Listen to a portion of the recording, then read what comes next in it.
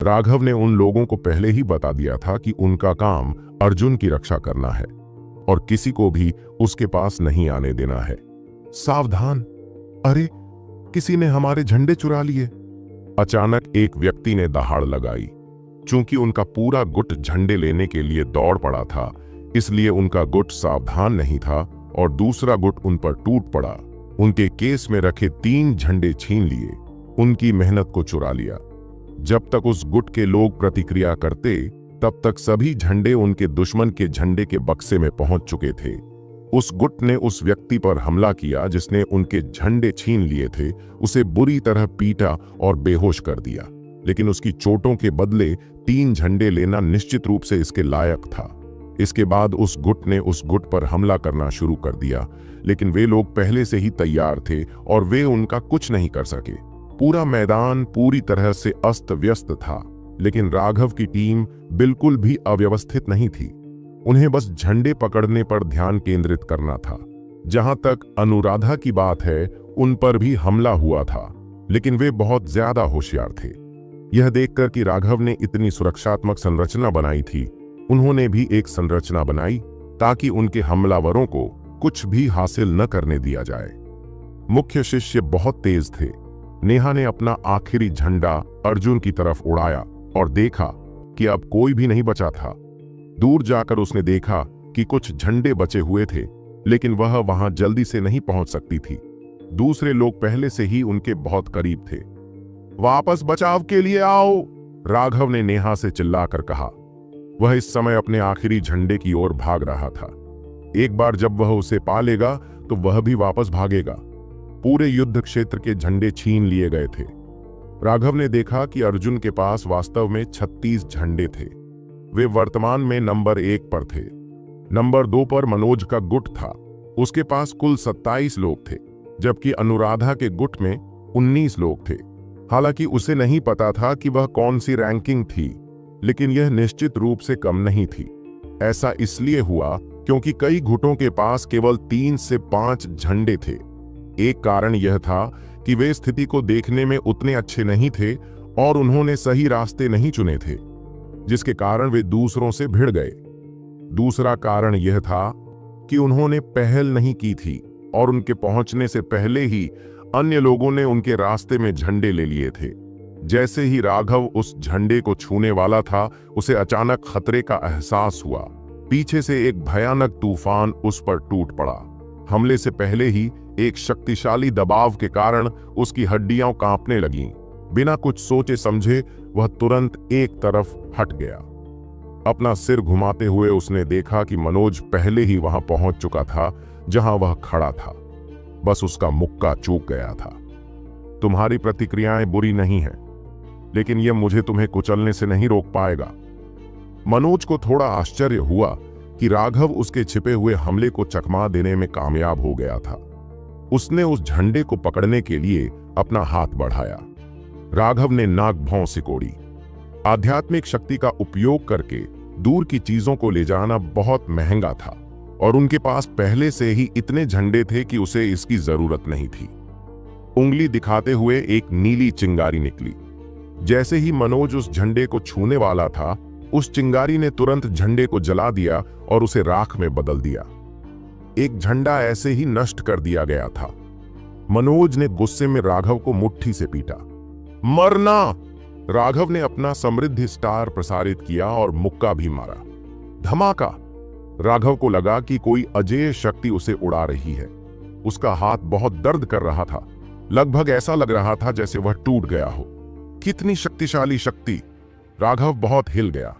मनोज वास्तव में अकल्पनीय रूप से शक्तिशाली था। वह एक विशेषज्ञ होने के योग्य था, जिसने बहुत पहले ही अपने पैतृक निशान को जगा लिया था। उस मुट्ठी ने सिर्फ उसकी शारीरिक शक्ति पर भरोसा किया था, लेकिन फिर भी उसने उसे उड़ा दिया था। यह पहली बार था जब राघव का सामना किसी ऐसे व्यक्ति से हुआ था जिसका भौतिक शरीर उससे ज्यादा शक्तिशाली था। मेरी एक और मुट्ठी खा लो। राघव को उड़ाने के बाद मनोज ने तेजी से उसका पीछा किया और एक और मुट्ठी नीचे पटक दी। इस बार उसकी बांह पर लगी आस्तीन पूरी तरह फट गई और बांह पर बने टैटू जैसे निशान चमक उठे। राघव को तुरंत बहुत दबाव महसूस हुआ। उसे पता था कि मनोज की ताकत उसकी उम्मीदों से कहीं ज्यादा है। अब उसने कुछ भी छिपाया नहीं। जैसे ही उसकी पीठ के पीछे दिव्य अंगूठी प्रकट हुई, स्वर्ग और पृथ्वी हिल गए। उसके अंदर से एक भयानक आभा निकल रही थी, जिससे वह युद्ध के देवता जैसा प्रतीत हो रहा था। उसी समय उसने अपना हाथ आगे बढ़ाया और एक विशाल ज्वाला शस्त्र प्रकट हुआ। वह 3 मीटर लंबी नीले रंग की चौड़ी तलवार थी। उस तलवार में आग की लपटें बार बार उठ रही थीं। हवा में भूनते हुए रूण ने उसे ढक लिया था। जैसे ही वह ज्वाला ब्लेड दिखाई दिया, उसने मनोज पर वार कर दिया। धमाका! जब वह विशाल ज्वाला ब्लेड मनोज की रूणाच्छादित मुट्ठी से टकराया, तो ऊर्जा की एक भयानक लहर ने राघव और मनोज दोनों को पीछे धकेल दिया। मनोज को झटका लगा। हालांकि उसने सुना था कि राघव के पास शक्तिशाली तकनीकें हैं, लेकिन एक ऐसे व्यक्ति के रूप में जिसने अपने पैतृक निशान को जगाया था, उसने कभी भी एक ऐसे बदमाश को अपनी नजर में नहीं रखा था जो केवल देर से रक्त संक्षेपण क्षेत्र में था। उसने सोचा था कि राघव को कुचलने के लिए एक ही वार काफी होगा। उसने कभी नहीं सोचा था कि राघव उसे सीधे तौर पर झेल पाएगा। उस बड़े विस्फोट ने सबको हिलाकर रख दिया और कुछ देर के लिए रुक गए, लेकिन फिर वे फिर से बेतहाशा लड़ने लगे। ऐसा इसलिए था क्योंकि उन्होंने देखा कि अब आधी से ज्यादा अगरबत्ती जल चुकी थी। उन्हें अपनी पूरी ताकत से लड़ना था। पूरा युद्ध क्षेत्र अब बेहद अराजक हो गया था। उनमें से किसी को भी समूह में लड़ने का कोई अनुभव नहीं था, इसलिए वे सभी अपने अपने दम पर लड़े। पूरा युद्ध क्षेत्र गुंडों के झुंड जैसा लग रहा था जो एक दूसरे से लड़ रहे थे। जहां तक एल्डरसन की बात है, जब उन्होंने राघव की पीठ के पीछे उस दिव्य अंगूठी को देखा तो उनकी आंखों में एक ज्वलंत प्रकाश प्रकट हुआ। वह महसूस कर सकता था कि प्रकाश का छल्ला लगातार स्वर्ग और पृथ्वी से ऊर्जा को अवशोषित कर रहा था, जिससे उसकी आध्यात्मिक ऊर्जा पुनः भर रही थी। इस तरह के युद्ध कौशल को निश्चित रूप से एक दिव्य तकनीक कहा जा सकता था। इस तरह के युद्ध कौशल के साथ उसे कई लोगों का डर नहीं होगा। इसके लिए उसका लालच और भी बढ़ गया। वरिष्ठ प्रशिक्षु भाई बर्लिन ने अंदर ही अंदर राघव की प्रशंसा की जब उसने देखा कि वह रक्त संघनन क्षेत्र में रहते हुए भी मनोज के ऋण संचालित हमले को रोकने में सक्षम था। इनमें से किसी को भी यह पता नहीं था कि स्काईवुड पर्वत पर एक अमर गुफा के मुहाने पर 2 लोग हल्के फुल्के ढंग से चाय पीते हुए यह पूरा दृश्य देख रहे थे। संप्रदाय के नेता, क्या आप जानते हैं कि युद्ध कौशल क्या है? महेंद्र ने पूछा। रामानंद ने अपना सिर हिलाया। मैंने इसके बारे में कभी नहीं सुना। हालांकि समान युद्ध कौशल हैं, वे सभी साधना तकनीकों के पूरक भाग हैं जो युद्ध में मदद नहीं करते हैं। प्रकाश की वह अंगूठी न केवल दुनिया से ऊर्जा को अवशोषित कर रही है, बल्कि यह उसकी ताकत को कई गुना बढ़ा रही है। यह किसी साधना तकनीक या युद्ध कौशल की तरह नहीं दिखता है। हे, कितना दिलचस्प है। रामानंद और महेंद्र सैकड़ों मील दूर से इस प्रतियोगिता को देख रहे थे। रामानंद यह भी देखना चाहता था कि एक महान डाइवर्जेंट कितना शक्तिशाली है। उनके आदान प्रदान के बाद मनोज ने व्यंग्य किया, तो तुम्हारे पास 1 या 2 तरकीबें हैं, फिर मुझे तुम्हें मारने की चिंता नहीं करनी पड़ेगी। उसकी आभा और भी बढ़ने लगी। उसके शरीर पर ऋण कांपने लगे। ऐसा लग रहा था जैसे अनगिनत कैटरपिलर उसके शरीर पर घूम रहे हों, जो बेहद अजीब और भयानक था।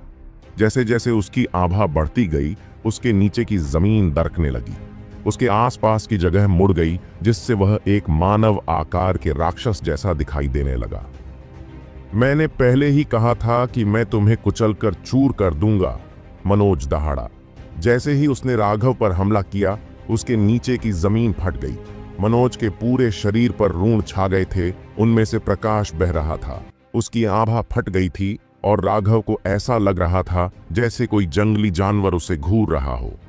मनोज की ताकत पर संदेह करने की कोई जरूरत नहीं थी, लेकिन उसकी आत्मा की गहराई से निकली अहंकारी इच्छा शक्ति उसे आधा कदम भी पीछे हटने की इजाजत नहीं देती थी। वह उसे पीछे हटने के बारे में सोचने भी नहीं देती थी, यह जानते हुए भी कि वह उसका मुकाबला नहीं कर सकता, भले ही वह उसके हाथों मर जाए। उसे पीछे हटने की अनुमति नहीं दी जाएगी। इस बात से राघव अंदर ही अंदर बड़बड़ाने लगा। वह जानता था कि वह उसे हरा नहीं सकता और फिर भी उसे भागने की अनुमति नहीं थी। इस तरह का व्यवहार कितना मूर्खतापूर्ण था, लेकिन वह जानता था कि अगर वह खुद को पीछे हटने के लिए मजबूर करेगा तो उसका दांव हृदय बाधित हो जाएगा। शायद वह एक भी झटका उसके दांव हृदय को बर्बाद कर देगा, जिससे एक हृदय शैतान बन जाएगा। चूंकि वह जानता था कि वह पीछे नहीं हट सकता, इसलिए वह सब कुछ जोखिम में डालने को तैयार था। गहरी सांस लेते हुए उसका समृद्ध सितारा अचानक स्थिर हो गया। वह समृद्धि युद्ध कवच को बुलाने वाला था। गैलविंड स्लैश! अचानक एक विशाल पवन ब्लेड मनोज पर गिर पड़ा। मनोज ने एक दबी हुई चीख निकाली और वह सीधे उस भयानक हवा के ब्लेड से उड़ गया।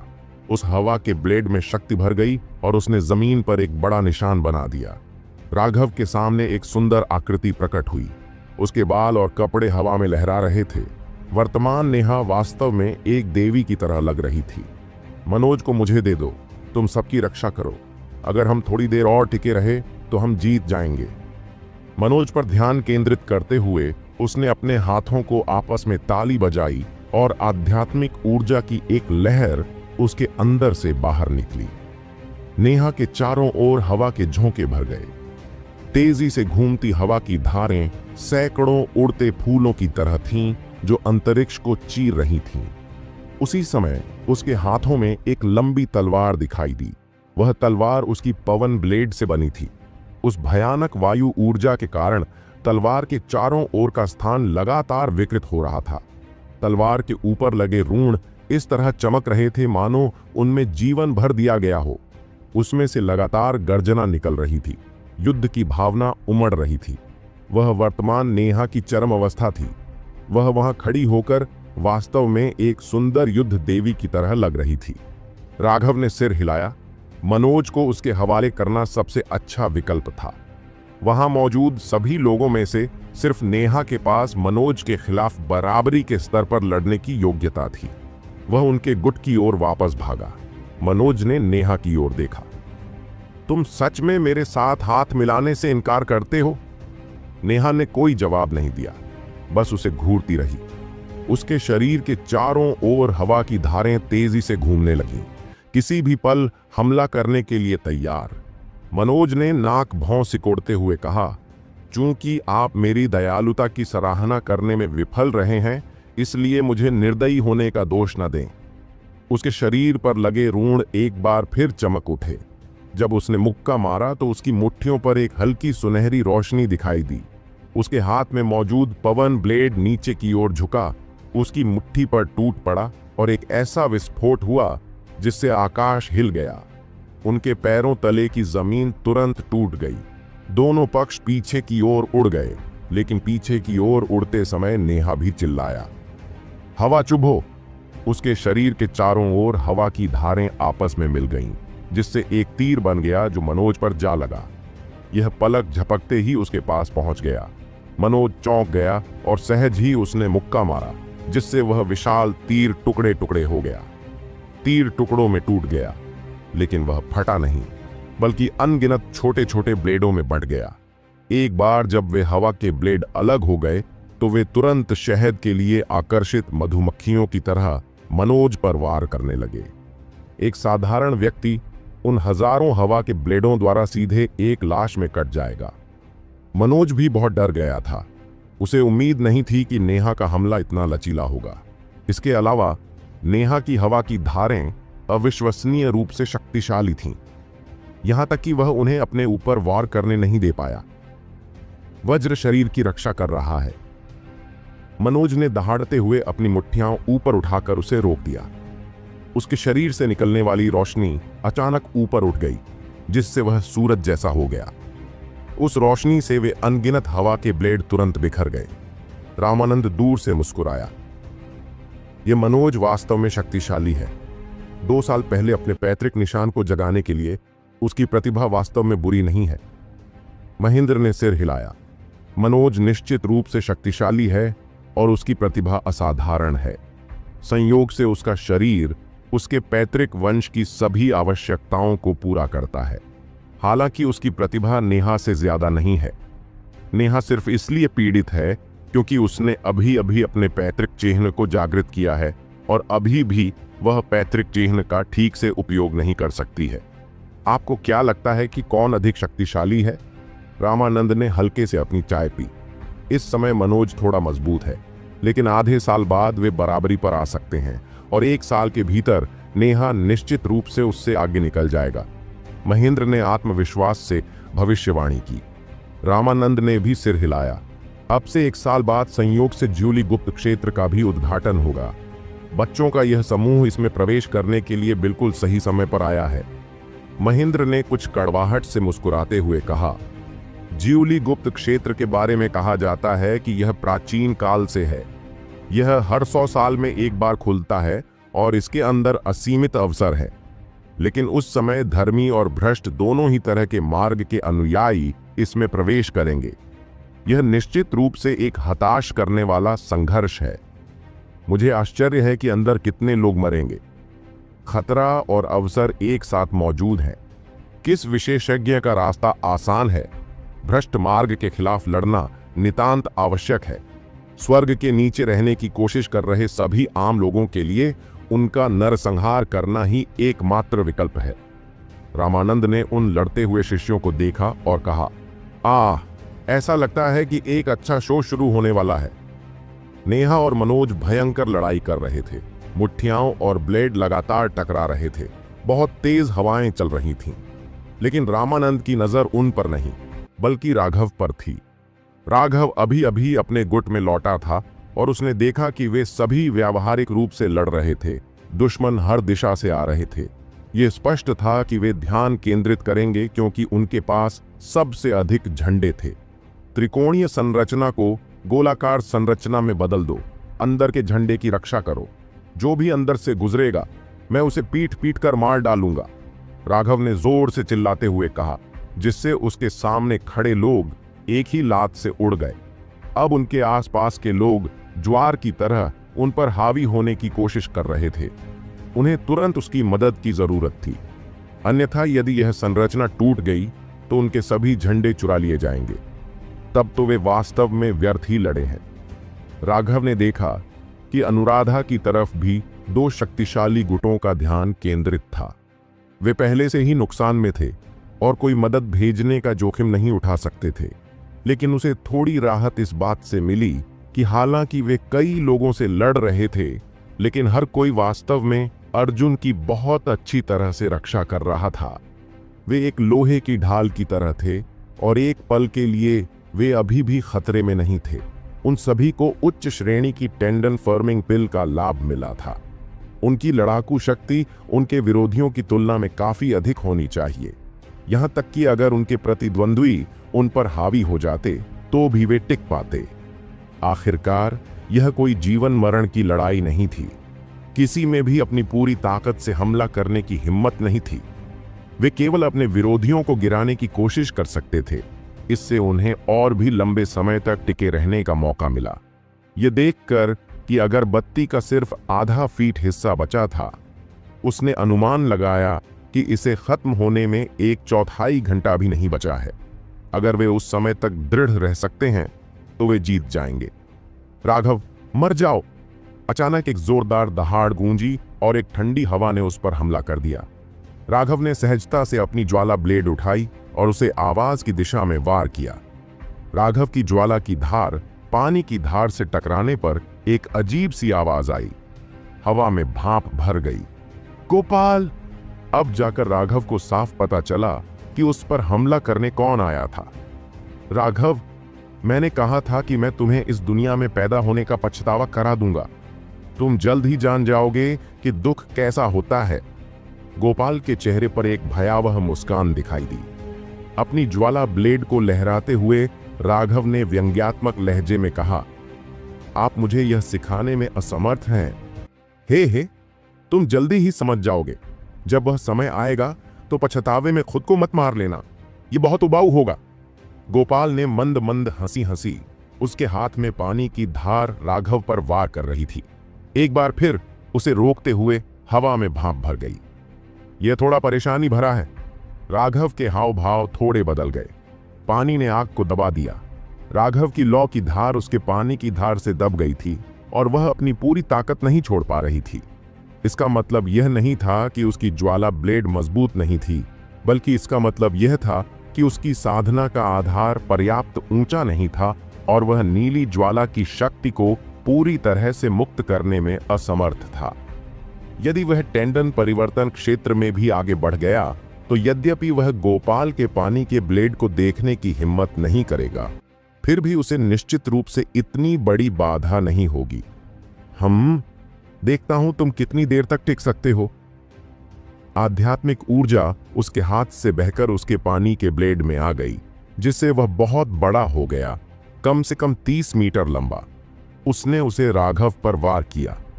वह आध्यात्मिक ऊर्जा के साथ मुझसे लड़ना चाहता है, राघव ने व्यंग्य किया। अपनी दिव्य अंगूठी के सहारे उसे इस बात से डरने की कोई जरूरत नहीं थी। अपनी आध्यात्मिक ऊर्जा को बढ़ाते हुए वह गोपाल के साथ पागलपन से लड़ने लगा। जब पानी और आग लगातार टकरा रहे थे तो पूरी हवा भाप से भर गई। दोनों पक्षों के बीच घमासान युद्ध शुरू हो गया और ऊर्जा तरंगें बाहर निकल आईं। गोपाल, तुमने अभी भी उस कचरे को नहीं संभाला है, तो चलो मैं तुम्हें हाथ देता हूं। श्याम भी अचानक प्रकट हुआ। उसके हाथों में एक विशाल थंडर फोर्स ब्लेड दिखाई दिया। राघव घबरा गया, जल्दी से एक कदम पीछे हट गया। चारों ओर देखते हुए उसके चेहरे के भाव बदल गए। 3 सेनाएं उसके गुट पर पागलों की तरह हमला कर रही थीं और अंदर घुसने की कोशिश कर रही थीं। तीनों सेनाओं के हमलों के साथ ही उनकी लोहे जैसी सुरक्षा भी कमजोर पड़ने लगी थी। कभी कभी उनका कोई सदस्य बेहोश हो जाता था, जिससे वह आगे लड़ने में असमर्थ हो जाता था। सब लोग डटे रहो, समय लगभग खत्म हो गया है, राघव चिल्लाया। ऐसा इसलिए क्योंकि उसने देखा कि अगरबत्ती अब सिर्फ 2 इंच लंबी रह गई थी। गुट प्रतियोगिता खत्म होने वाली थी। इस समय उन्हें दृढ़ रहना था। शायद तुम्हें खुद पर ध्यान देना चाहिए, श्याम ने व्यंग्य किया और उस पर हमला कर दिया। गोपाल भी धीमा नहीं था। उसका पानी का ब्लेड राघव पर वार कर रहा था। 2 टेंडन ट्रांसफॉर्मेशन कोर शिष्यों ने राघव को हराने के लिए हाथ मिला लिया था। इससे रामानंद को थोड़ा आश्चर्य हुआ। यह बिल्कुल उचित नहीं है। दूसरों पर हमला करने के लिए हाथ मिलाना हमारे मूल इरादों के विपरीत है, महेंद्र ने भौहें सिकोड़ी। रामानंद ने हल्के से मुस्कुराते हुए कहा, इससे कोई फर्क नहीं पड़ता कि यह उचित है या नहीं। विशेषज्ञ कभी भी ऐसा शब्द अपने मुंह से नहीं निकलने देंगे। निष्पक्षता के लिए रोना हमेशा कमजोर लोगों का असहाय मंत्र होता है। विशेषज्ञ हर चीज को अनुचित बना सकते हैं। अगर वे चाहें तो कमजोर लोगों को सबसे बर्बर और कठोर तरीकों से रौंद सकते हैं। चलिए देखते हैं कि राघव इस अन्याय को कैसे संभालता है। अगर मेरा अनुमान गलत नहीं है तो उसके पास अभी भी कुछ सहारा है। महेंद्र ने चुपचाप राघव को देखा। रक्त संघनन के 7वें स्वर्ग चरण में एक नौसिखिया 2 टेंडन परिवर्तन कोर शिष्यों के खिलाफ कैसे प्रतिस्पर्धा कर सकता है? तो क्या हुआ अगर वह एक डायवर्जेंट था? ताकत के सामने वह केवल अपना सिर झुका सकता था। महेंद्र ने असहाय होकर आह भरी। ठीक इसी समय राघव की आंखें बंद हो गईं। ऐसा लगा मानो सारा आकाश और धरती उससे दूर हो गई हो और वह पूरी तरह से मौन की स्थिति में पहुंच गया हो। समृद्धि युद्ध कवच। जब उसने एक बार फिर अपनी आंखें खोलीं तो उसकी आंखों में एक सितारा तैर गया। समृद्धि युद्ध कवच, राघव ने अपने मन में चिल्लाकर कहा। जब उसने एक बार फिर अपनी आंखें खोलीं तो उसकी आंखों में एक सितारा दिखाई दिया। भन-भनाहट, अंतरिक्ष कांप उठा और ऊर्जा तरंगें आसमान में उड़ गईं। चारों तरफ एक भयानक दबाव फैल गया। वर्तमान राघव एक जागृत प्राचीन जानवर की तरह था। उसकी क्रूरता ने जमीन को हिला दिया। उसके हाथ में जो ज्वाला का ब्लेड था, जो सिर्फ 2 मीटर लंबा था, वह तुरंत बढ़कर 150 मीटर का हो गया। यह एक दिव्य ब्लेड की तरह था जो उन दोनों पर टूट पड़ा। गोपाल और श्याम तुरंत ही 2 खरपतवारों की तरह बुरी तरह से पीछे हट गए। वे तभी स्थिर हो पाए जब उन्हें सैकड़ों मीटर पीछे धकेल दिया गया। राघव के हमले को देखकर आसपास के लोग पूरी तरह से डर गए। वे पूरी तरह से अचंभित थे, क्योंकि उन्होंने देखा कि गोपाल और श्याम दोनों बुरी तरह से उड़ गए थे। पहाड़ की चोटी पर एल्डरसन खड़े थे। वे अनायास ही उठ खड़े हुए, उनकी आंखें चमक रही थीं और वे राघव को घूर रहे थे। रामानंद भी भावुक हो गया। क्या शक्तिशाली युद्ध कौशल है! इसने उसे तुरंत सामान्य से 10 गुना अधिक शक्ति जारी करने की अनुमति दी। उसका वर्तमान आभा लगभग टेंडन परिवर्तन क्षेत्र के बराबर है। महेंद्र को एक झटका लगा। वह विस्फोटक शक्ति पहले की तुलना में कम से कम दर्जनों गुना अधिक शक्तिशाली थी। इस दुनिया में वास्तव में इतना भयानक युद्ध कौशल कैसे हो सकता है? उन्हें भगाने के बाद राघव को पता था कि उसे यह काम जल्द से जल्द खत्म करना होगा। आगे बढ़कर उसने उन दोनों पर हमला किया और अपनी ज्वाला तलवार से उन पर भयंकर वार किया। श्याम और गोपाल दोनों ही पूरी तरह से चौंक गए।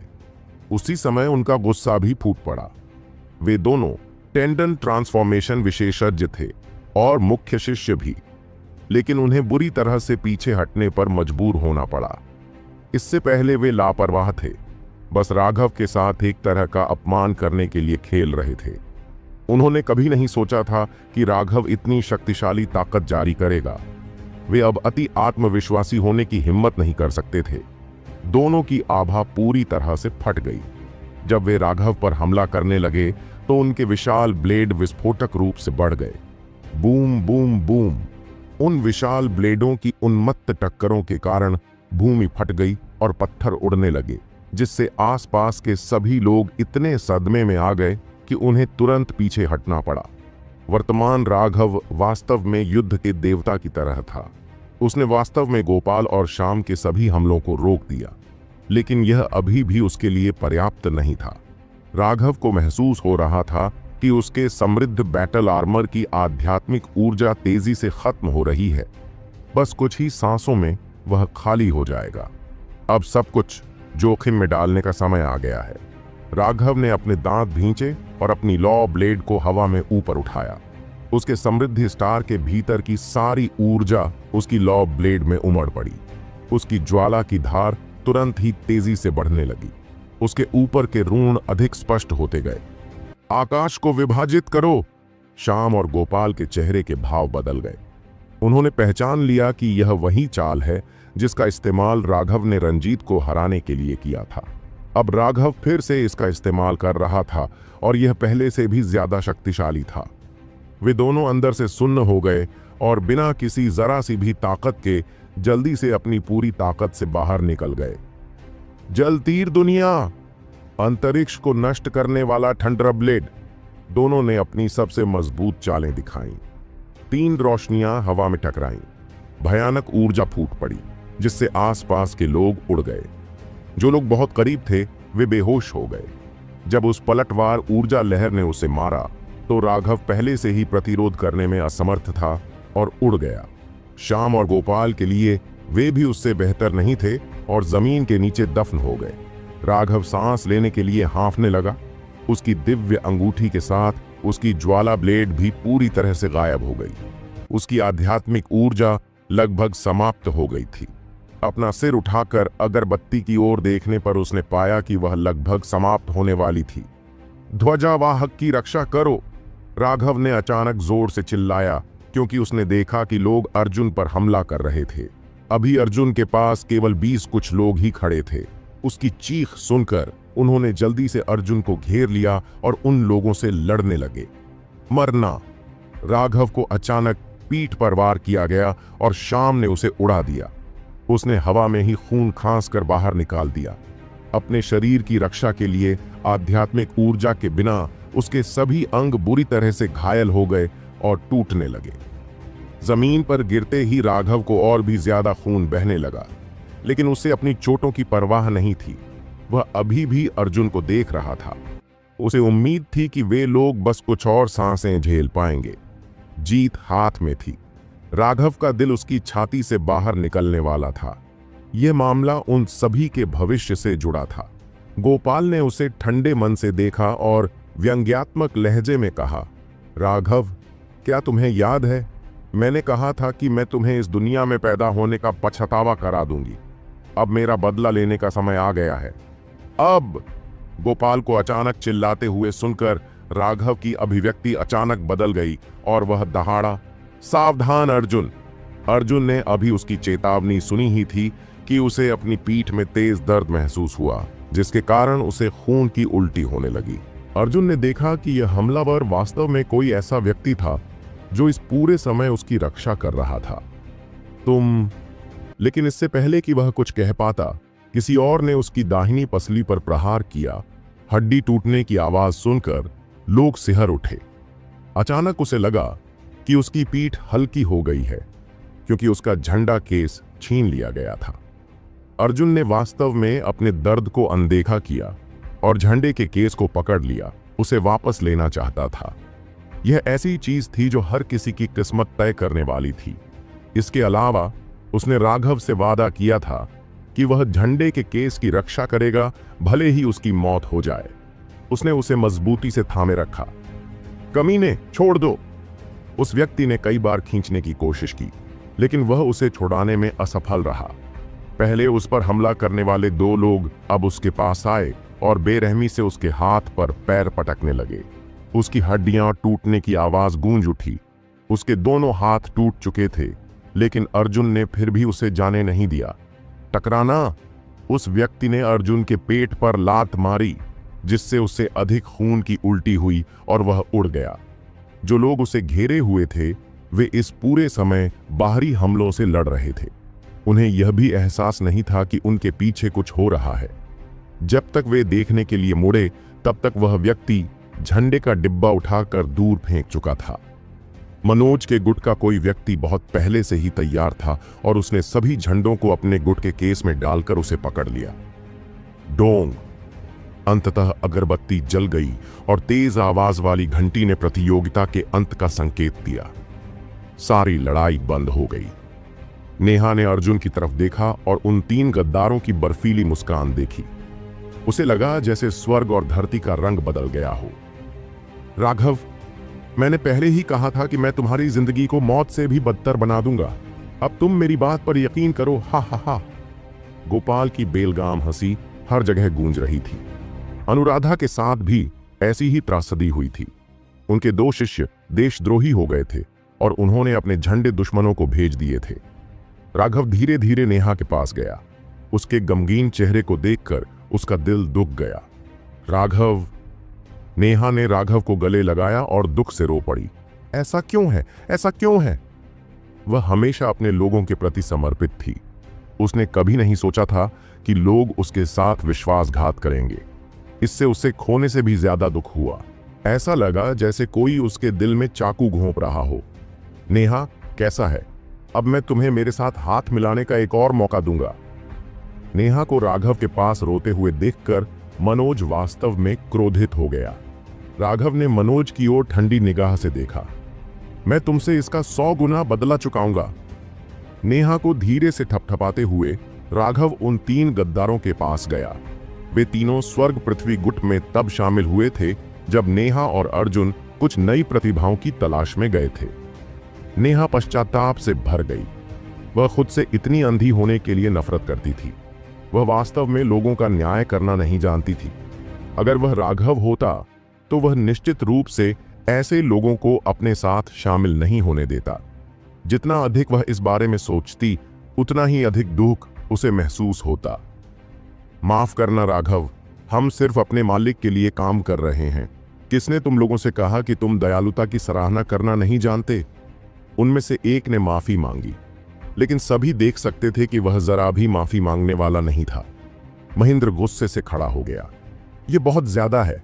मैं वाकई अंधा हूं जो ऐसे लोगों को ज्वांटियन मठ में शामिल होने की इजाजत दे रहा हूं। महेंद्र सिर्फ उन तीनों के बारे में ही नहीं बोल रहा था, बल्कि उन लोगों के बारे में भी बोल रहा था जिन्होंने उनका इस्तेमाल किया था। एक सम्मानजनक और खुली प्रतियोगिता को उन्होंने गद्दारों का खेल बना दिया था। यह प्रतियोगिता के इरादों के बिल्कुल विपरीत था। कचरा कभी भी खुद को कूड़ेदान में नहीं फेंकता। तुम किस बात पर इतने नाराज हो? रामानंद ने केवल हल्के से चाय पी।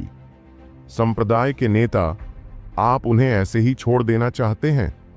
महेंद्र स्पष्ट रूप से क्रोधित था। हाँ हाँ महेंद्र, तुम भी अब इतने बूढ़े हो गए हो। तुम अभी भी यह कैसे नहीं समझ सकते कि क्या होने वाला है? क्योंकि कचरा खुद नहीं फेंका जाता, तो क्या हमें उसे साफ करने के लिए किसी की जरूरत नहीं है? रामानंद मुस्कुराया। तुम्हारा मतलब है? महेंद्र सख्त हो गया। बस थोड़ा शांत हो जाओ। आमतौर पर तुम यह सब बकवास संभाल लेते हो, लेकिन इस बार तुम आराम कर सकते हो और शो देख सकते हो। आओ, थोड़ी और चाय पियो। रामानंद ने चाय का प्याला उठाया। उसकी आंखें राघव पर केंद्रित थीं। उसकी आंखों में एक सुनहरी रोशनी चमक उठी। यदि किंवदंतियां सच होतीं, तो वह जानता था कि उसे क्या करना होगा।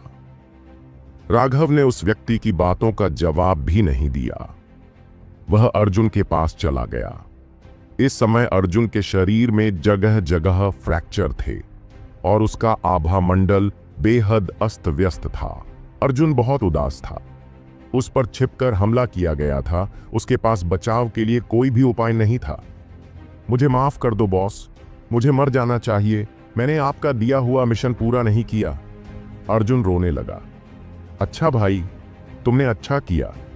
यह तुम्हारी गलती नहीं है, राघव ने सांत्वना दी। अर्जुन ने वाकई बहुत अच्छा काम किया था। हालांकि वह बाहर से एक फिसलन भरा किरदार लग सकता था, लेकिन वह एक सच्चा इंसान था जिसने अपने वादे पूरे किए। अन्यथा वह भी झंडे के मामले को छोड़ने से इनकार करते हुए इस स्थिति में नहीं पहुंचता। उस समय वह केवल उन झंडों, सभी के भविष्य और सम्मान के बारे में सोच रहा था। उसने अपनी जान की भी परवाह नहीं की थी। बॉस, अगर मैं थोड़ा मजबूत होता, अगर मैं थोड़ा होशियार होता, तो ऐसा नहीं होता। मुझे मर जाना चाहिए। अर्जुन एक बच्चे की तरह रोया। राघव ने धीरे से अर्जुन के सिर के पीछे अपना हाथ रखा। उसे एक औषधीय गोली खिलाकर उसने उसे बेहोश होने दिया। अन्यथा ऐसा प्रभाव उसकी आत्मा के लिए अच्छा नहीं था और उसके दांव हृदय को भी प्रभावित कर सकता था। अर्जुन को नीचे रखकर राघव ठंडे स्वर में तीनों गद्दारों के पास चला गया। उनमें से एक ने उस पर व्यंग्य किया और अपना सिर झुकाया। क्या तुम इसे स्वीकार नहीं करते? तुम अगली बार कोशिश करके हमसे बदला ले सकते हो, लेकिन मुझे नहीं लगता कि तुम्हें ऐसा मौका मिलेगा। अब तुम हमेशा हमारे द्वारा कुचले जाओगे, हमेशा भूखे रहोगे। हा हा हा। ठंडी रोशनी चमकी और खून बहने लगा।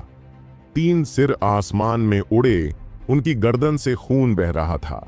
जब वे तीनों सिर एक बार फिर जमीन पर गिरे, तो उनके चेहरे पर अभी भी उपहासपूर्ण व्यंग्य छाया हुआ था।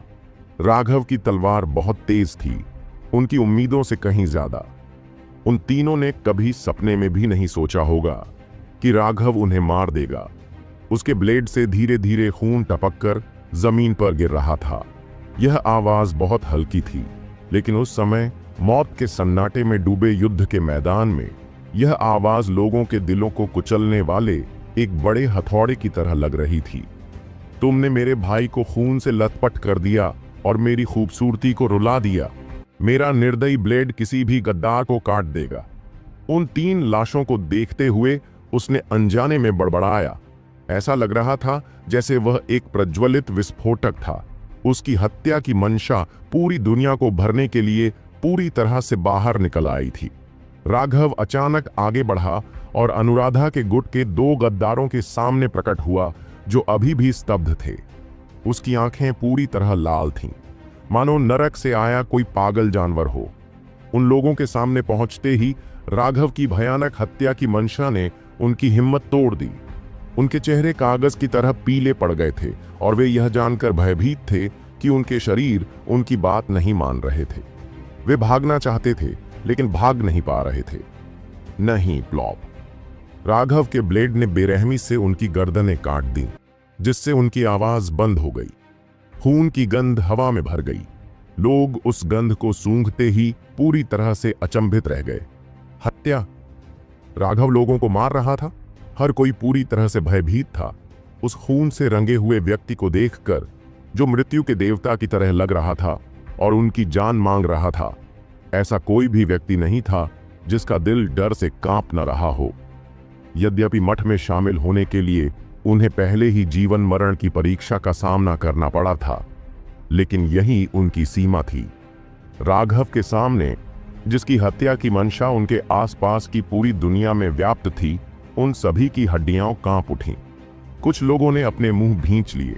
ऐसा इसलिए था क्योंकि यदि वे ऐसा नहीं करते तो उनके दांत अनायास ही आपस में टकराने लगते। श्याम, गोपाल और मनोज के चेहरे के भाव बदल गए। उन्होंने कभी नहीं सोचा था कि राघव इतना क्रूर होगा और इतने सारे लोगों के सामने दूसरों को मार डालेगा। मैं अपने जीवन में कभी किसी को धोखा नहीं दूंगा, लेकिन मैं किसी को भी मुझे धोखा देने की इजाजत नहीं दूंगा।